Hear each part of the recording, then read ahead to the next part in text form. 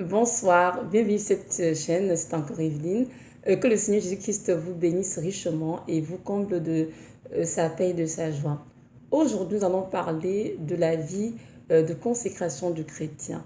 Ceci fera l'objet de notre vidéo. C'est quoi une vie réellement consacrée au Seigneur? Nous savons tous que nous avons été sauvés par grâce et non pas par nos œuvres. Donc, c'est par amour que le Seigneur Jésus-Christ est mort pour Golgotha pour chacun d'entre nous. Très souvent, notamment les chrétiens disent l'expression j'ai donné ma vie au Seigneur, ce qui veut dire que j'ai accepté le Seigneur Jésus-Christ dans ma vie comme mon sauveur, mon Seigneur, donc je dois vivre pour lui. Plusieurs enfants de Dieu ont fait cette confession de foi, mais combien vivre réellement pour le Seigneur? Oui, dans la vie pratique, combien vivre réellement pour le Seigneur? Mais avant de continuer, nous allons d'abord définir c'est quoi le thème consécration. Donc, dans le dictionnaire, la consécration est un rite par lequel on affecte au service de Dieu une personne, une chose qui, par là, entre dans la catégorie de sacré. Autrement dit, c'est tout simplement le fait de dédier une personne, une chose à Dieu. Donc, pour un chrétien, la consécration serait tout simplement l'offrande de sa vie à Dieu pour faire la volonté de Dieu et non sa propre volonté. Le fait est que ce thème sont utilisés dans plusieurs églises justement pour conférer à une personne une charge ministérielle quelconque, ce qui sème parfois une certaine confusion. Donc, beaucoup de chrétiens pensent que lorsqu'on parle de consécration, il s'agit seulement d'affecter une fonction précise à une personne dans le corps du Christ, comme je sais pas, prophète, diacre, pasteur, docteur, etc. Ou bien de confirmer l'appel qui est déjà sur la vie de quelqu'un. Donc voilà, il est vrai que cela en fait partie, mais le terme consécration a un sens beaucoup plus large. Avant l'appel au service de Dieu, tout chrétien doit aspirer à vivre une vie de consécration. Car depuis qu'il a fait le choix d'accepter le Seigneur Jésus-Christ comme son sauveur, son Seigneur, sa vie ne lui appartient plus. Mais en fait, sa vie appartient au Seigneur. Nous allons lire ensemble un texte dans 1 Corinthiens 6, verset 19 à 20. 1 Corinthiens 6, verset 19 à 20 dit ceci. Ne savez-vous pas que votre corps est le temple du Saint-Esprit qui est en vous et que vous avez reçu de Dieu et que vous ne vous appartenez pas à vous-même, car vous avez été rachetés à un grand prix? Glorifiez donc Dieu dans votre corps et dans votre esprit qui appartiennent à Dieu. Amen. Donc nous voyons bien que le chrétien, son esprit et son corps appartiennent complètement à Dieu et il doit glorifier le Seigneur dans son esprit, dans son corps qui appartiennent à Dieu. Pourquoi? Parce que le chrétien est le temple du Saint-Esprit. Donc tout enfant de Dieu doit vivre et pratiquer les belles œuvres que Dieu peut d'avance pour lui. Pourquoi? Parce qu'il est la propriété du Seigneur, oui. Le chrétien est la propriété du Seigneur. Alors, on peut se poser cette question maintenant. Ma vie est-elle véritablement consacrée à Dieu? En d'autres mots, est-ce que je vis pour le Seigneur? Est-ce que je m'efforce tous les jours de découvrir sa volonté afin de m'y soumettre dans chacun de ma vie? Donc, ceci fera dans l'objet de cette étude que nous allons justement poursuivre. Nous pouvons voir autour de nous que plusieurs personnes qui se proclament être chrétiens ont beaucoup de mal à faire ce que Dieu attend d'eux. Ils crient sur tous les toits que Jésus-Christ est leur sauveur et Seigneur, mais ils ont du mal à faire sa volonté. Comment est-ce possible? Vous savez, bien que nous soyons des enfants de Dieu, nous devons comprendre que le Seigneur ne nous oblige pas à faire quoi que ce soit. Il n'est pas un Dieu dictateur qui nous impose ses choix ou sa volonté. Il est notre Créateur, notre Père. Et il est un Dieu, il est amour. Il nous a donné à tous la capacité de penser, de réfléchir et de choisir. On pourrait appeler ceci le libre arbitre. Donc on voit que depuis notre conversion, nous sommes tous les jours devant deux choix, la vie et la mort. Et c'est à chacun de choisir ce qui lui convient. Nous allons lire ensemble Deutéronome 30, versets 19 à 20. Deutéronome 30, verset 19 à 20. Non, je vais lire. J'en prends aujourd'hui à témoin les cieux et la terre contre vous. J'ai mis devant toi la vie et la mort, la bénédiction et la malédiction. Choisis donc la vie afin que tu vives, toi et ta postérité, en aimant Yahweh, ton Dieu, en obéissant à sa voix et en t'attachant à lui, car c'est lui qui est ta vie et la longueur de tes jours. afin que tu demeures sur la terre que Yahweh a juré à tes pères, Abraham, Isaac et Jacob, de leur donner. Amen. Donc nous voyons dans ce texte que Dieu nous montre clairement, par la bouche de son serviteur Moïse, qu'il l'a mis devant nous tous les jours la vie et la mort. Et c'est à nous de choisir la vie afin de vivre. Parce que nous avons remarqué que depuis notre conversion, nous avons choisi la vie, notre vie au Seigneur. Jusqu'ici, c'est la vie, la lumière. Et pour demeurer dans cette lumière, nous devons demeurer justement connectés à Jésus-Christ, parce qu'il est le cep, nous sommes les sarments. Donc nous devons demeurer connectés à lui en comment? En obéissant justement à sa voix, en nous attachant à lui et en faisant sa volonté, en faisant ce qui le glorifie. Pourquoi? Parce qu'avant notre conversion, nous étions dans la mort spirituelle, c'est-à-dire nous vivions dans les ténèbres. Et un jour, nous avons entendu parler de l'évangile. Nous avons choisi de lui donner nos vies afin de vivre dans sa lumière. Mais cela ne s'est pas arrêté là. Toute notre vie chrétienne, nous avons pu le constater, nous avons eu toujours à faire face à deux choix. La mort ou la vie. Et à chaque fois, il faut choisir. Et justement, un enfant de Dieu qui aime le Seigneur et qui a véritablement donné sa vie au Seigneur doit désirer de choisir ce qui glorifie le Seigneur, c'est-à-dire la vie, évidemment, parce que cet enfant de Dieu veut vivre et peut être un jour, entre au paradis et demeurer près du Seigneur. Donc, c'est à nous de choisir. Et justement, dans nos choix de tous les jours, démontre à ceux qui nous entourent si nous sommes réellement convertis ou pas. Certes, c'est par grâce qu'il nous a sauvés, mais en retour, Dieu s'attend à ce que nous vivions uniquement pour lui. Oui, en portant du fruit digne de repentance. Nous sommes le temple du Saint-Esprit, dans 1 Corinthiens 6, et c'est Christ qui vit en nous. Donc, nous devons marcher à sa suite et vivre en conformité à les Écritures saintes tous les jours. Ce qu'il est écrit dans la parole, je crois que c'est dans Galates 2, si je vis, ce n'est plus moi qui vis, mais c'est Christ qui vit en moi.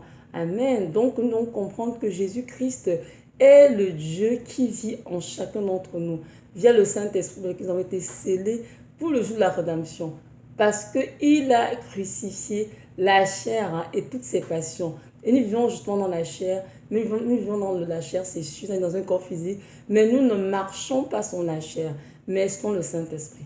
On va lire ensemble justement Galates 2, verset 20, c'est chose, serait bien de lire ça. Parce que c'est important que nous comprenions c'est vraiment quoi le cœur de Dieu en ce qui nous concerne, nous ces enfants qui voulons nous consacrer vraiment nos vies. Donc Galates 2, verset 20, je vais lire. Je suis crucifié avec Christ, et si je vis, ce n'est plus moi qui vis, c'est Christ qui vit en moi. Et si je vis maintenant dans la chair, je vis dans la foi au Fils de Dieu qui m'a aimé et qui s'est élevé lui-même pour moi. Amen, voyez-vous, donc nous vivons dans la chair, dans un corps physique, mais nous marchons sur notre esprit et non sur la chair. Donc ça nous sont les choses qui glorifient le Seigneur. Donc c'est ça. Donc un véritable disciple de Christ qui a compris cela doit laisser le Seigneur Jésus-Christ vivre en lui, auprès de lui. Comment? En dédiant sa vie justement au Seigneur, en lui consacrant sa vie, en s'offrant comme un sacrifice vivant au Seigneur. Nous pouvons lire le texte principal qui est dans Romains 12, versets 1 à 2. Romains chapitre 12, verset 1 à 2, donc je vais lire. Je vous exhorte donc, mes frères, par les compassions de Dieu, à offrir vos corps en sacrifice vivant, saint, agréable à Dieu, ce qui est votre culte raisonnable. Et ne vous conformez pas à l'âge présent, mais soyez transformés par le renouvellement de votre esprit, afin que vous éprouviez quelle est la volonté de Dieu, ce qui est bon, agréable et parfait.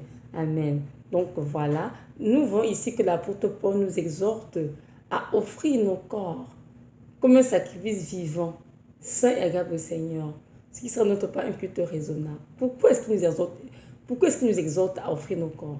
On pourrait se dire, mais comment offrir encore son corps, Seigneur? Je t'ai donné ma vie, Seigneur. Je vis pour toi déjà, Seigneur.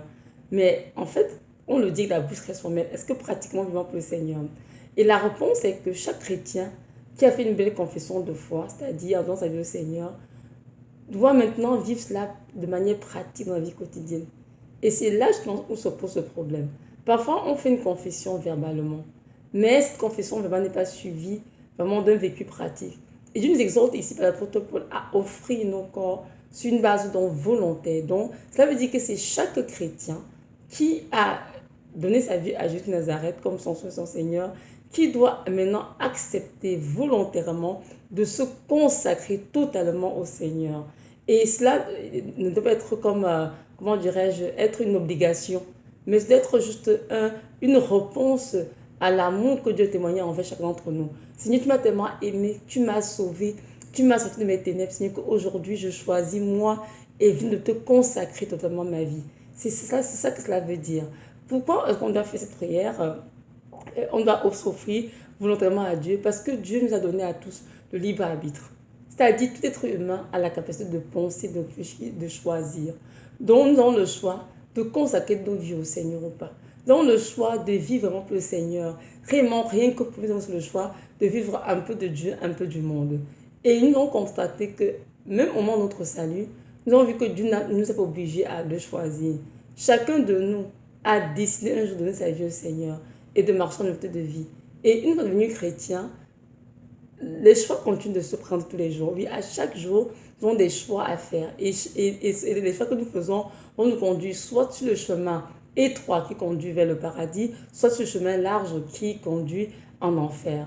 Donc, c'est sûr que un enfant de Dieu qui est vraiment sauvé, on s'attendra à ce qu'il marche vraiment, comment dirais-je, dans la parole de Dieu, qui désire rien d'autre que servir le Seigneur. Mais comme nous sommes faits comme nous sommes faits de chair et de sang, nous avons constaté, nous avons tendance à vouloir tout accomplir les désirs de la chair, c'est-à-dire notre volonté personnelle, notre propre volonté, et de mettre de côté les désirs de l'esprit, c'est-à-dire la volonté de Dieu. C'est ce qu'il est écrit dans la parole, marchez son esprit et vous n'accomplissez pas les désirs de la chair. Nous avons dit que bien que nous soyons encore dans des corps de chair, des corps physiques que nous sommes et tout, nous devons désirer tous les jours marcher sur l'esprit, c'est-à-dire accomplir les choses qui glorifient le Seigneur et non notre propre chair. Pourquoi? Parce que nous avons dit tout à l'heure dans Galates 2 que la chair était cruelle de ses passions. Donc, en principe, un véritable enfant de Dieu doit aspirer, désirer et rechercher tous les jours n'a fait que les choses qui glorifient le Seigneur. En effet, nous devons comprendre que dans la vie du chrétien, il y a un combat continu qui est là entre la chair et l'esprit. Et justement, cela aide ainsi afin que le chrétien fasse ce qu'il veut, mais qu'il puisse être constamment en train de lutter contre cela. Mais Seigneur nous a donné la grâce d'avoir en nous le Saint-Esprit qui nous rend capable justement de résister à la chair et de mettre l'esprit. Et pour cela, chaque enfant de Dieu, à l'exemple de Jésus-Christ, doit offrir son corps totalement comme un sacrifice vivant au Seigneur. Ceci est très important. Quand nous comprenons qu'il est impossible de vivre vraiment la nouvelle vie vraiment en Christ, nous ne voulons pas nous offrir comme notre corps comme un sacrifice vivant. Parce qu'on voit beaucoup de chrétiens qui disent qu'ils aiment le Seigneur, ils vont à l'église, ils sont dans plusieurs ministères, ils font aussi ça pour le Seigneur. Nous remarquons qu'il y a toujours un peu de Dieu et un peu du monde. Alors que Dieu ne veut pas que nous soyons des chrétiens tièdes, non. Il voudrait que nous soyons des chrétiens soit froids, soit brillants pour lui, afin de porter du fruit que notre fruit demeure. Allons lire ensemble Romains 6, verset 13. Romains 6, verset 13 qui dit ceci. Et n'offrez pas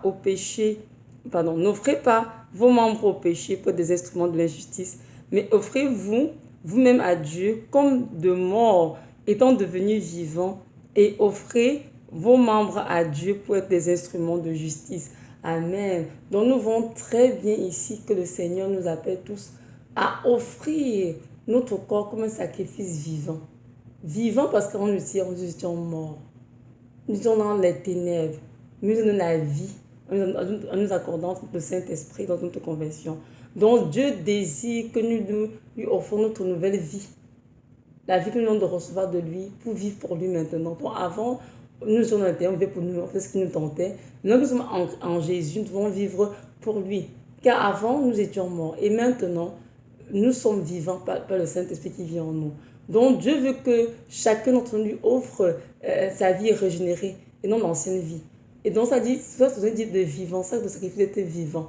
Maintenant, saint, pourquoi? Il doit être saint parce que Dieu veut qu'on lui offre quelque chose, c'est tout ce qui est pur, exemple de toute souillure, agréable, c'est-à-dire qu'il réjouit son cœur. Et le Seigneur sait très bien que Dieu est un Dieu pur. Hein, dans la parole, soyez saints car je suis saint. Donc Dieu voudrait qu'on lui fasse un sacrifice qui est véritablement saint et non souillé. Et on dit agréable, c'est-à-dire que son cœur, qui lui fait vraiment du bien. Amen. Il dit comment que tu es raisonnable, c'est-à-dire ce qui doit être normal pour tout enfant de Dieu, pour tout véritable chrétien, ça doit être un culte normal, d'offrir son corps à Dieu comme un sacré vivant, saint et agréable, devait être un culte normal. Nous on lit ensemble Éphésiens 5, verset 1 à 2. Éphésiens 5, verset 1 à 2, je vais lire. Soyez donc les imitateurs de Dieu comme ses enfants bien-aimés et marchez dans la charité comme le Christ aussi nous a aimés et s'est livré lui-même à Dieu pour nous en offrande et en sacrifice, comme un parfum de bonne odeur. Amen. Je vais relire.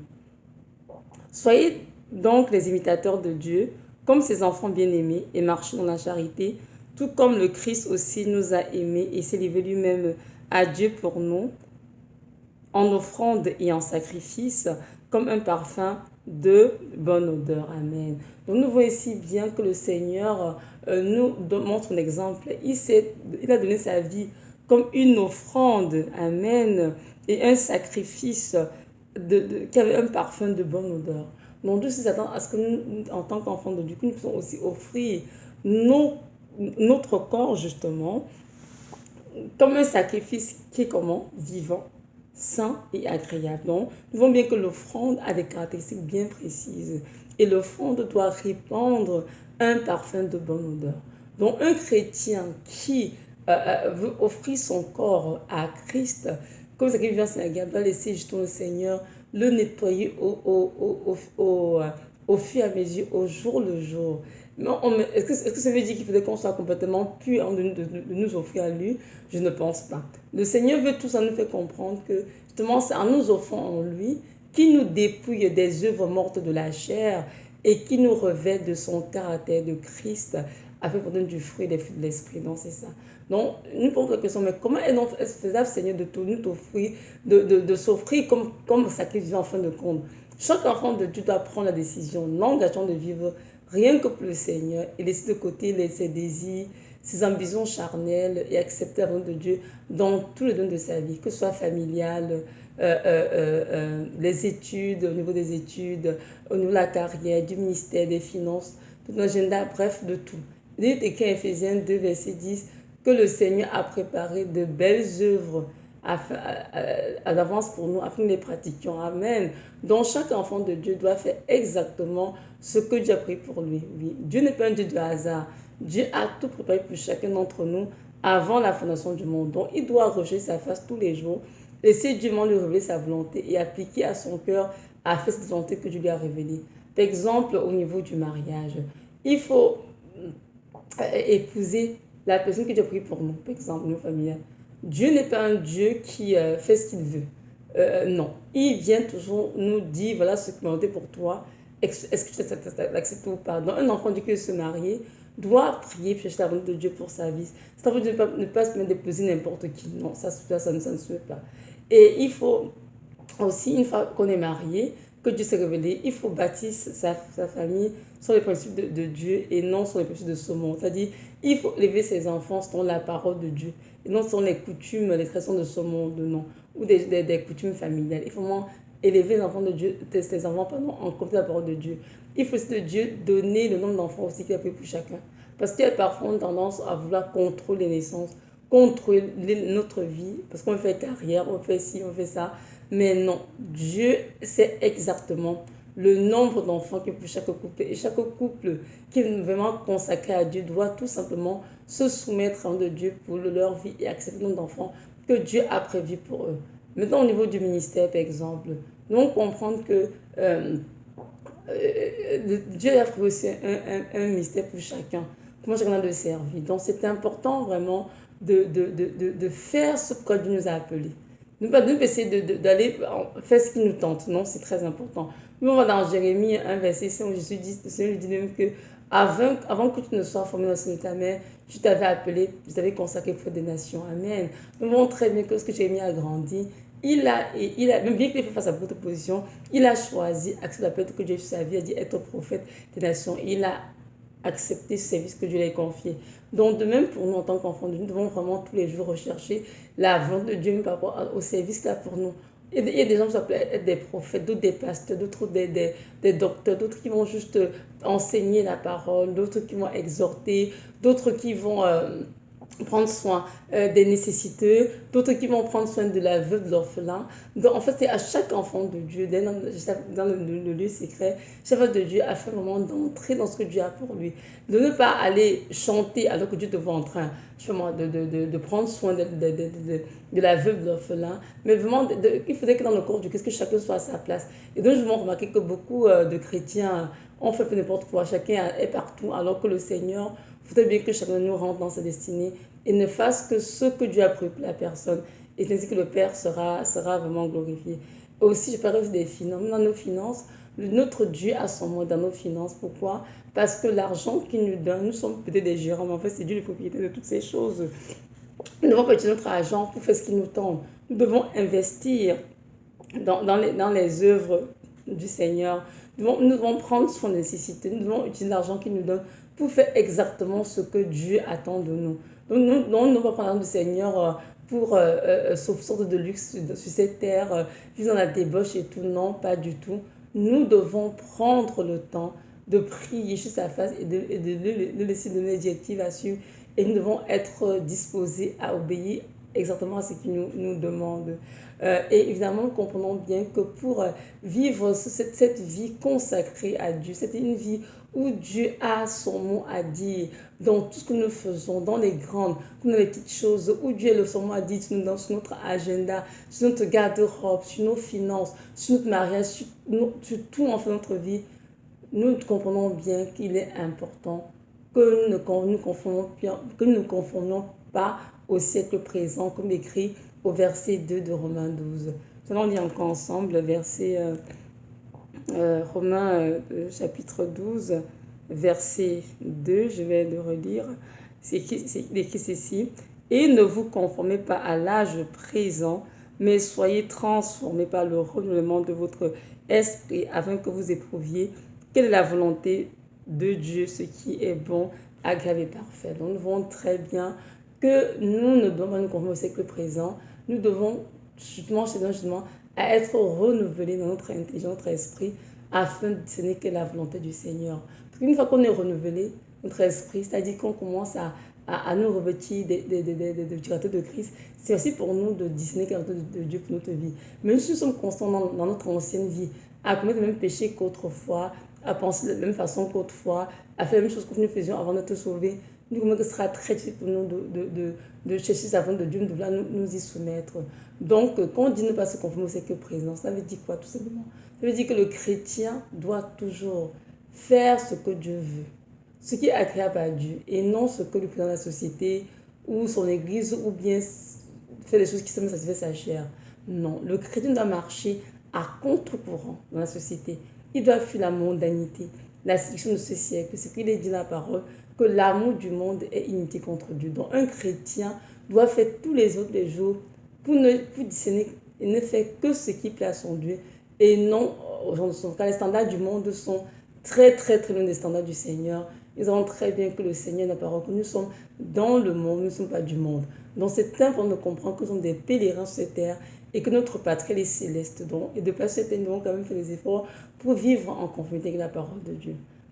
Maintenant, petit 2, comment être transformé? C'est-à-dire comment être transformé, comment être revenu dans son intelligence. C'est-à-dire être revenu dans son intelligence, c'est en fait changer de façon de penser, de façon de voir les choses. Et cela est faisable uniquement par la méditation des Écritures, la mise en pratique quotidienne des Écritures, et aussi avoir une relation d'intimité avec le Seigneur et en ayant une vie de prière. Ça, c'est très important.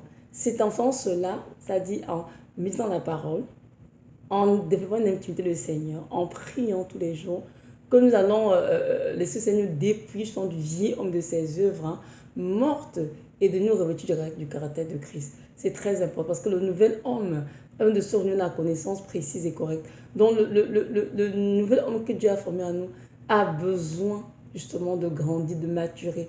Et pour cela, il a besoin de la parole tous les jours afin de laisser le Seigneur le façonner. Donc voilà. Je vais lire maintenant Colossiens 3. Colossiens 3, versets 5 à 10. Colossiens 3, versets 5 à 10. Okay. Voilà, je vais lire. Faites donc mourir vos membres qui sont sur la terre, les relations sexuelles illicites, l'impureté, les passions, les mauvais désirs et la cupidité qui est une idolâtrie. C'est à cause de ces choses que la colère de Dieu vient sur les fils de la rébellion, parmi lesquels vous marchiez autrefois quand vous viviez dans ces choses. Mais maintenant, vous aussi rejetez toutes ces choses, la colère, l'animosité, la médisance et qu'aucune parole obscène ne sorte de votre bouche. Ne vous mentez pas les uns aux autres, car vous vous êtes dépouillés du vieil homme et de ses œuvres, et vous avez revêtu un nouvel homme qui se renouvelle dans la connaissance précise et correcte, son image de celui qui l'a créé. Amen. Donc nous voyons très bien ici que c'est justement en mettant les Écritures, en les mettant en pratique, que Dieu, nous la prière, nous aide à nous dépouiller justement de vie de ses œuvres mortes et à nous revêtir de Christ. Et le nouvel homme qui a été formé en nous doit se renouveler tous les jours dans la connaissance de Dieu, c'est-à-dire la connaissance précise et correcte, c'est-à-dire dans la saine doctrine, dans les Écritures bibliques et non dans les faux enseignements, oui. Je précise bien, pas dans les faux enseignements, pourquoi? Parce que les faux enseignements produisent automatiquement des faux chrétiens qui ont évidemment du mal, de la difficulté à vivre une vie de consécration à Dieu. Pourquoi? Parce que ils ont de vos enseignements, donc cette façon de voir ou de penser est très très loin de comment Dieu voit les choses ou bien pense au niveau des choses. Donc ça c'est important en tant qu'enfant de Dieu de vraiment désirer de l'aide spirituelle pure afin de grandir dans le Seigneur et de fuir vraiment tous les hérésies de ce siècle, comme notamment l'évangile de prospérité, où on a enseigné avec cette doctrine de démon, l'enfant de Dieu, comme quoi il faut être prospère, il faut avoir beaucoup de voitures, beaucoup de maisons, s'accomplir en science, ça peut être heureux, alors que ça n'a rien à voir, parce que pour eux, c'est sa vie abondante. Mais la vie abondante dont Dieu parle dans la parole n'a rien à voir avec la prospérité matérielle ou financière. Dieu parle de la vie abondante, il parle de la prospérité spirituelle avant toute chose. Mais si maintenant Dieu, dans sa grâce, te bénit avec des biens matériels, que ce nom soit béni, mais un enfant de Dieu doit aspirer à vraiment, comment dire, à vivre une vie d'abnégation dans le but de se détacher des choses de ce monde, de la luxure, de tout ce qui est de ce monde, la débauche et tout, afin vraiment de s'attacher à Christ, être encore un enfant plus spirituel. Et pour cela, il faut vraiment voir les choses comme tu les vois et comprendre quelle est la volonté de Dieu pour ta vie. Donc c'est important vraiment en tant qu'enfant de Dieu de ne pas se conformer au siècle présent. Tout ce qu'on nous brandit dans les églises aujourd'hui sont infectées du monde de trop, mais c'est important vraiment d'être soumis aux saintes écritures et de désirer grandir en Dieu, de désirer être comme Christ était. Lui était un Dieu venu sur terre, mourir au Golgotha pour nous, mais il était tellement humble, tellement doux le Seigneur. Il est né dans quoi? Dans une étable, hein, alors qu'il aurait pu naître dans une famille royale, oui, beaucoup de luxe et tout, mais il a fait tout ça pour nous montrer qu'il nous appelle à être des enfants humbles, des enfants qui sont vraiment, qui ont des vies simples, pas des vies complexes pour rien. Nous avons besoin d'avoir tout l'argent du monde pour être heureux. Nous avons besoin d'avoir Christ en nous pour être heureux, car Christ est notre bonheur. Et c'est important vraiment de comprendre cela. Donc voilà, c'est ça. Et maintenant, bien-aimé dans le Seigneur, tu m'as écouté et lorsque tu examines ta vie, as-tu une vie consacrée au Seigneur? Ou est-ce que tu vis juste pour toi? Si tu as une vie déjà complètement soumise à Christ, c'est très bien, continue dans cette voie. Mais si tu m'écoutes et que tu te rends compte que ta vie n'est pas complètement consacrée au Seigneur, je vais te dire qu'il n'est pas encore trop tard. Tu as encore du temps pour te réveiller. Réveille-toi maintenant, laisse Dieu vraiment bâtir ta vie.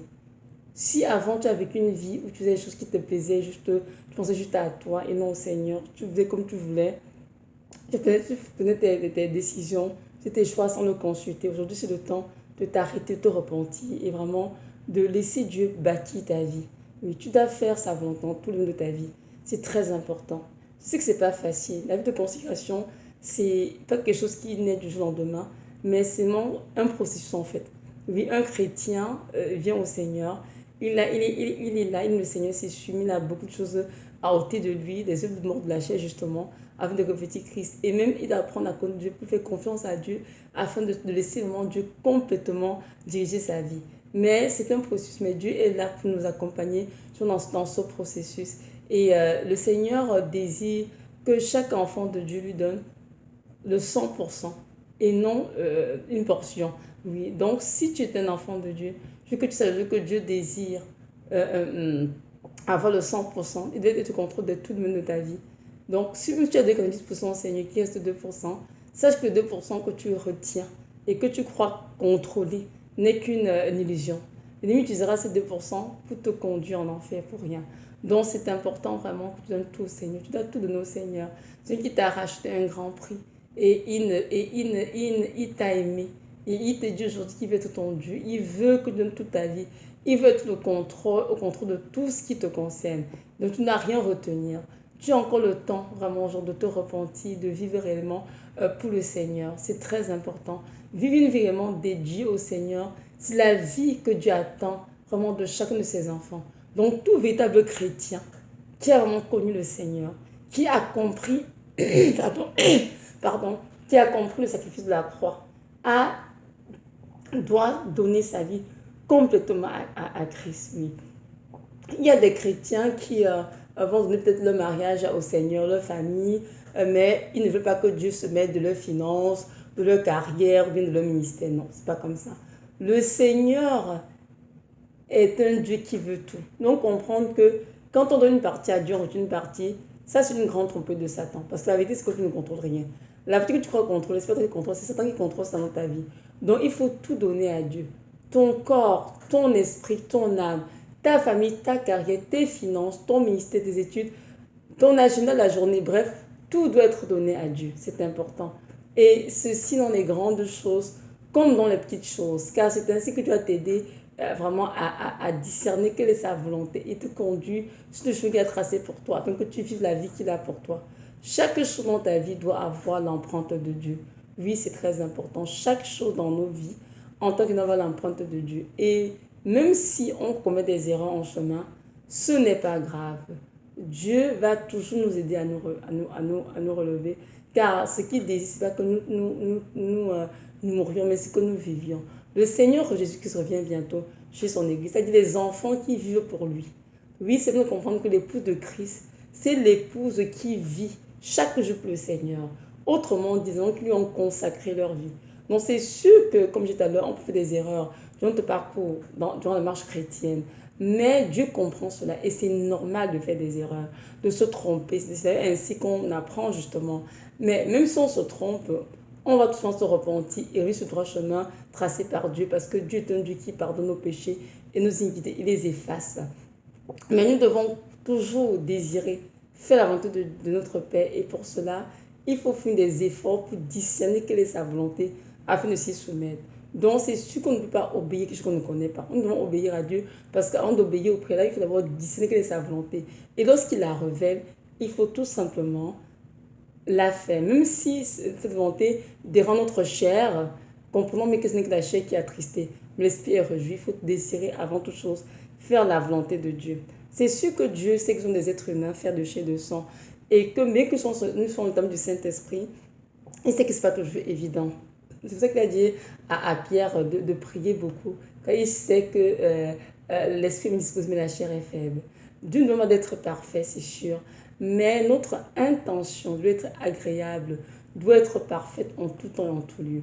Donc chaque enfant doit désirer tous les jours faire la volonté de son Dieu dans chaque domaine de sa vie. C'est cela qui est l'épouse de Christ. C'est à quoi elle ressemble. Maintenant, j'aimerais juste nous rappeler que Jésus revient bientôt, que c'est le temps de faire le ménage dans nos vies, de justement apporter les corrections nécessaires, parler des développements du Saint-Esprit et de vraiment vivre pour le Seigneur. Parce que Jésus qui vient chercher ceux-là qui vivent pour lui et rien que pour lui. Si dans nos vies, nous avons tendance à jouer le Seigneur, un pied dans l'église, un pied dans le monde, sachant très bien qu'à la fin des temps, à l'enlèvement, on ne sera pas enlevé. Donc c'est important de replacer, de redresser tout et de se soumettre totalement au Seigneur. Maintenant, si tu n'as pas encore donné ta vie au Seigneur, toi qui m'écoutes, j'aimerais juste te dire que ce Dieu, ce nom c'est Jésus de Nazareth. Il est l'unique et le véritable Dieu qui sauve tous ceux qui l'acceptent et lui accordent la vie éternelle. Il est écrit dans la parole qu'il est le chemin, la vérité et la vie. Alors je t'encourage à lui donner ta vie sans tarder. Il est mort à la croix pour toi parce qu'il t'aime d'un amour éternel et inconditionnel. Alors je t'en prie, ouvre ton cœur. Tu as des réponses, pose-les-lui, il te répondra sûrement. Car je sais qu'il soupire depuis fort longtemps après ton âme et il aimerait bien te compter parmi ses enfants. Donc voilà, merci de m'avoir écouté. Soyez richement bénis et que le Dieu de gloire, le Dieu de toute grâce, vous accorde vraiment, comment dirais-je, cette faveur de comprendre que la vie de consécration est celle que Dieu attend de chacun d'entre nous et qui nous aide tout justement à nous consacrer totalement à lui afin que son nom soit glorifié dans nos vies. Amen.